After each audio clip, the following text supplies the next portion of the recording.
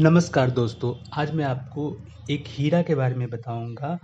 जो हीरा का क्या इफ़ेक्ट मानव जीवन पे पड़ता है, ये बताए जाएँगे। हीरा जैसे कि ये वीनस शुक्र ग्रह का रत्न है और इसकी ये लव, ब्यूटी, वैवाहिक जीवन से संबंधित है, जो इसका इफ़ेक्ट मानव जीवन के लाइफ़ में या सामर्थ्य या लेविश लाइफ़स्टाइल को प्रेज़ेंट करता है। तो इसका देखेंगे कि किस राशियों पे क्या इफ़ेक्ट पड़ता है यहाँ। वृषभ और तुला के लिए ये बहुत ही अच्छा इफ़ेक्ट देता है। मिथुन, कन्या, कुंभ लग्न के लिए मिथुन, कन्या और कुंभ के लिए कुंभ लग्नों के लिए ये बहुत अच्छा तो नहीं बट बहुत बुरा भी नहीं इफ़ेक्ट देता है, मतलब मीडियोकर गुड होता है। मेष, सिंह, वृश्चिक, धनु, मीन राशियों के लिए ये बैड इफ़ेक्ट देता है। कर्क के लिए ये कंडीशनल है।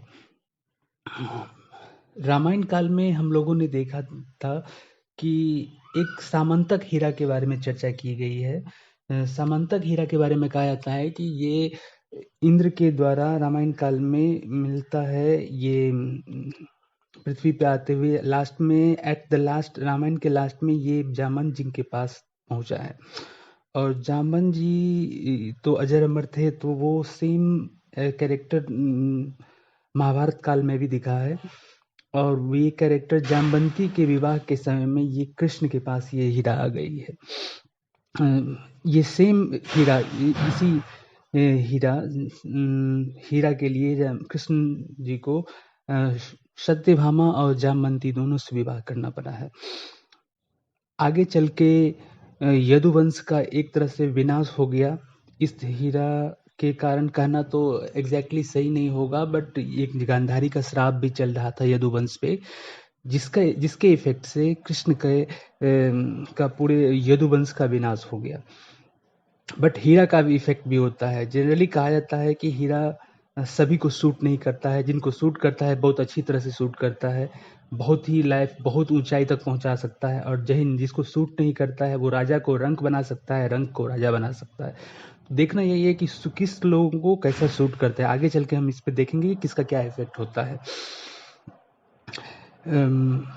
मध्यकालीन में ये एक काकात्या डायनेस्टी होती थी जिसके राजा थे प्रताप रुद्रदेव, जो कि वारंगल के आसपास में ये राज्य हुआ करती थी। वहाँ पे एक कुल्लूर गोलकुंडा के खान में एक हीरा पाया जाता है। उस हीरा का जो काकतिया वंश जो थी काफी लंबे समय से चल रहा था। बाद में जाके वो वंश अलाउद्दीन के कमांडर मलिक काफूर के द्वारा मलिक काफूर के द्वारा रुद्र प्रताप देव की हार हो जाती है और ये मलिक काफूर उस हीरा को लेके अलाउद्दीन को दे देता है, अलाउद्दीन खिलजी को दे देता है। खिलजी के पास ये आते ही खिलजी वंश का एक तरह से विनाश स्टार्ट हो जाता है। वैसे तो इनके बहुत सारे बच्चे थे बट उनके अपनी सत्ता का अलाउद्दीन के मरने के बाद सत्ता संघर्ष स्टार्ट हो जाता है उसके बच्चों के बीच में। मलिक काफूर खुद उसकी सत्ता लेना चाहता था बट उसे भी मार दिया गया, उसके बच्चों को अंधा कर दिया गया। लास्ट में वो सब एक तरह से खिलजी वंश का नाश हो गया, उसमें खत्म हो गया। खिलजी के बाद ये तुगलक के पास आता है। तुगलक वंश में भी एक तरह से बहुत सारे कर्स हुए, उनके साथ श्राप चल रहा था। लास्ट पे देखा जाता है कि ये एमबीटी के पास मोहम्मद बिन तुगलक के पास भी रहा है। तुगलक के बाद ये सैयद को गई है। सैयद के भी बहुत छोटा शासनकाल रहा है सैयद को, तो उसके बारे में कहना कुछ मुश्किल होगा। लोदी, उसके बाद लोदी के पास आया है। लोदी, इब्राहिम लोदी से ये विक्रमजीत ग्वालियर के राजघराने के पास चला गया। ग्वालियर, अब ये विक्रमजीत और लोदी के बीच में संधि थी जो कि 1526 ईस्वी में पानीपत की लड़ाई में विक्रमजीत और लोदी दोनों साथ में लड़े। इब्राहिम लोदी साथ में लड़े थे मुगल के खिलाफ, मुगल राजा बाबर के खिलाफ लड़े थे। बाबर जो कि मध्य एशिया का एक सशक्त शासक हुआ करता था। उसके बावजूद उसकी राज चली गई और राज से वो भागते भागते काबुल पहुंचा। काबुल में भी वो अपने सत्ता स्थापित करने के बाद वो भारत की ओर अपना रुख किया, और भारत की रुख करने के बाद इसने इब्राहिम लोदी से कहा जाता है कि इब्राहिम लोदी की बहुत बड़ी सेना को हराने में सफल रहा। और उसके बाद होता है क्या कि ये हीरा विक्रमजीत की माता से हुमायूं ने प्राप्त कर लिया, फोर्सफुली ले लिया गया। और उसके बाद ये सेम हीरा बाबर को दे दिया गया।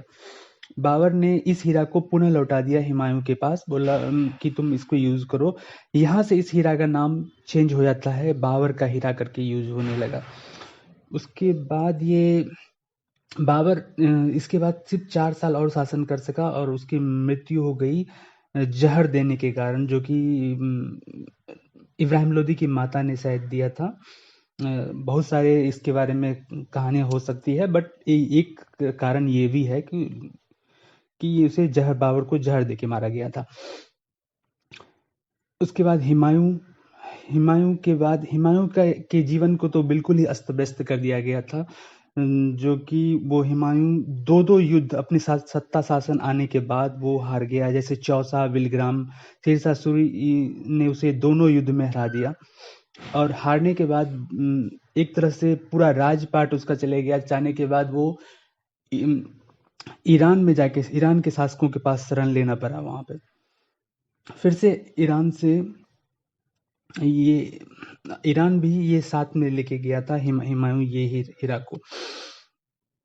उसके बाद ये हीरा अकबर के राजघराने के पीरियड में मिला है। अकबर ने इसका यूज बिल्कुल नहीं किया, उसका शासन बहुत ही अच्छा चला है और अकबर के शासन में एक तरह से बहुत ही अच्छा ग्रो किया है मुगल वंश।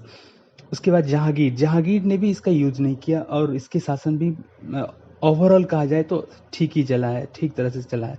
उसके बाद ये 1628 में शाहजहां के पास दिखा है। शाहजहां ने इसको मयूर सिंहासन का निर्माण कराया, जिसमें ये हीरा जड़ित कर दिया गया। शाहजहां के बाद ये औरंगजेब को मिला है। औरंगजेब ने भी शाहजहां के लाइफ एक तरह से हीरा के आने के बाद से या यूज करने के बाद से काफी अस्त व्यस्त हो गया था। उसके दोनों पुत्र दाराशिको और औरंगजेब के बीच में युद्ध स्टार्ट हो गया। वो अपने राज्य में राजा होते हुए भी उसे कैद कर दिया गया। औरंगजेब ने सत्ता जबरदस्ती उसके हाथों से ले लिया और उसे कैद कर लिया गया। तो आप देख सकते हैं क्या इफेक्ट हो रहा है इसका। औरंगजेब के शासनकाल में ये हीरा एक तरह से दिखा है, बट उसने एक बोर्जिया इटली और फ्रांस के जो हीरा के व्यापारी थे उसे दिया है इसको तराशने के लिए। बट बोर्जिया ने उसको थोड़ा स्प्लिट कर दिया और स्प्लिट करने के लिए औरंगजेब ने उसे 10,000 रुपए की फाइन लगाई उस जमाने में, जो कि आज के जमाने का बहुत बड़ा रकम हो सकता है, उस जमाने में लगाया गया था। उसके बाद औरंगजेब की सत्ता आप देखते हो कि औरंगजेब की सत्ता भी चलेगी। उसके औरंगजेब के बाद तो बिल्कुल ही मुगल वंश का एक तरह से विनाश स्टार्ट हो गया। उसके बाद ये बहादुर शाह के पास गया है, जहांदार शाह के पास गया है, फारुखसियर के पास गया है। उसके बाद मोहम्मद शाह रंगीला के पास गया है। मोहम्मद शाह 1739 ईस्वी में मोहम्मद शाह रंगीला से ये नादिर शाह को मिला है। नादिर शाह का अटैक हुआ था। ये ईरान का बहुत बड़ा और मध्य एशिया का वॉरियर था जिसका अटैक भारत पे हुआ था। उस समय नादिर शाह के कुछ हरम की महिलाओं ने मुखबिरी किया नादिर शाह को, और नादिर शाह ने उसे एक जीतने के बाद उसे पगड़ी बदलने की प्रथा उस जमाने में होती थी। तो पगड़ी बदल ये पगड़ी में ही मोहम्मद शाह के पगड़ी में रखी हुई थी ये हीरा, और नादिर शाह को ये मिल गया। वहां से ये मिलने के बाद नादिर शाह एक मध्य एशिया का बहुत बड़ा शासक था, जो कि बहुत ही बलशाली, बहुत अच्छा सेना नायक था। फिर भी उसकी आगे चल के हीरा के मिलने के बाद उसे बहुत सारे कर्ज का सामना करना पड़ा है और वो हीरा से हाथ धो बैठा है और अपने जान से भी गया। नादिर शाह के बाद उसके अहमद शाह अब्दाली को मिला है, जो कि उसका नायक था और उसका एक कमांडर था। उसके बाद अहमद शाह दुरानियों के पास गई है।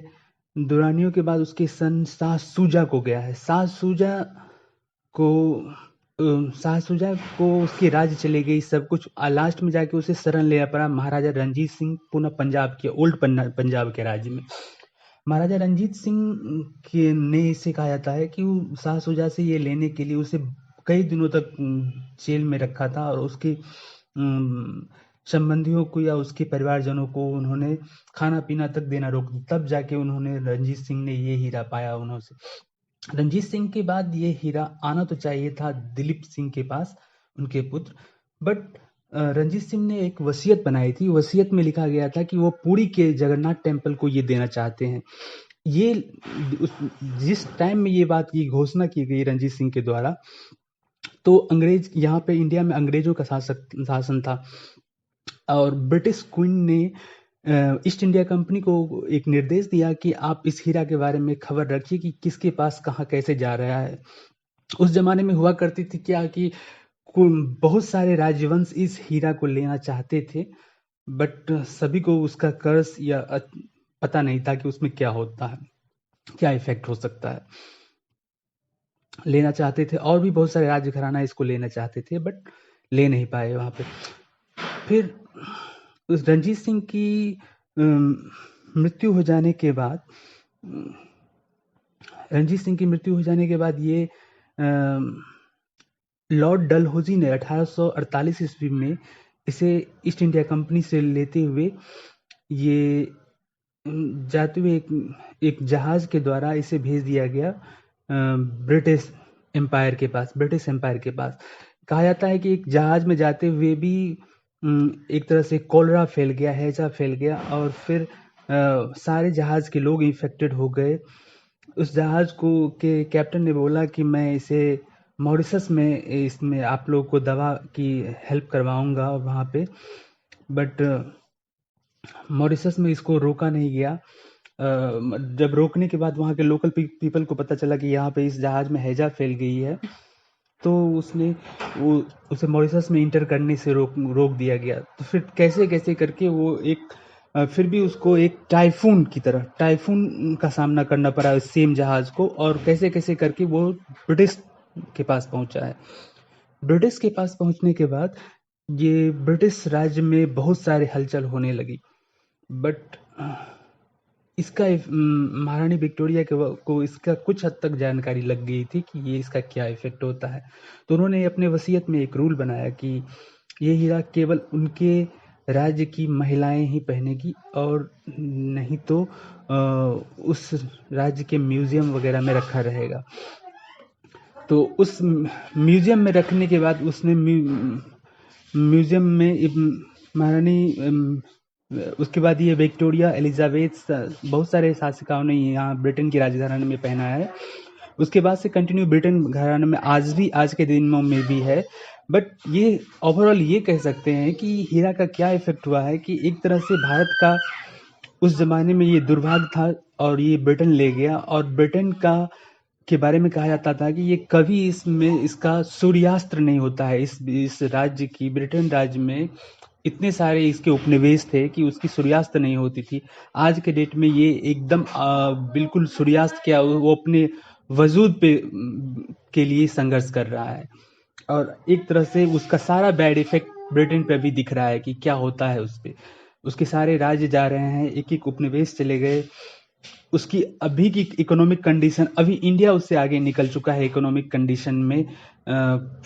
वर्ल्ड का 5th लार्जेस्ट इकोनॉमी इंडिया है, ब्रिटेन इससे पीछे चली गई है, और उससे भी आगे निकलने की संभावना, इंडिया आगे चल के बहुत आगे निकलने की संभावना है। नंबर 1-2 पे पहुंचने की पूरी संभावना है।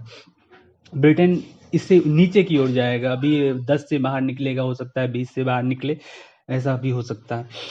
तो यही है कि ओवरऑल हम कह सकते हैं कि बहुत सारे जनता तो यही कहेंगे कि इसमें ये कोहिनूर हीरा इंडिया को मिलना चाहिए, बट हमारा कहना ये है कि उसका कर्ज तो हम जानते नहीं है, तो हमें क्या इफेक्ट इसके लिए रखना तो चाहिए नहीं।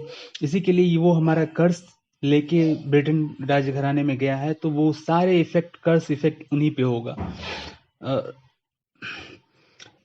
अभी इस कोहिनूर हीरा का वेट 105.6 कैरेट है, जो कि 21 8.12 ग्राम्स के आसपास में है। इसे कई बार काटा गया, कई बार इसकी साइज में अभी एक जस्ट रोशनी के आकार का, मतलब कि एक अंडे के बराबर का है, साइज के बराबर का है। कोहिनूर हीरा इसका नाम इसका नादिर शाह नहीं दिया था, क्योंकि नादिर कोहिनूर का अर्थ होता है रोशनी का पहाड़। तो यही आगे चल के ये कोहिनूर हीरा के नाम से फेमस गया। इसमें कहने के लिए तो बहुत सारी बातें हैं, बट आगे चल के कुछ भी और भी इंफॉर्मेशन होगा तो हम इसमें ऐड करेंगे। वैसे ही इसकी वीडियो बहुत लंबी हो चुकी है। तो नमस्कार साथियों, और मेरा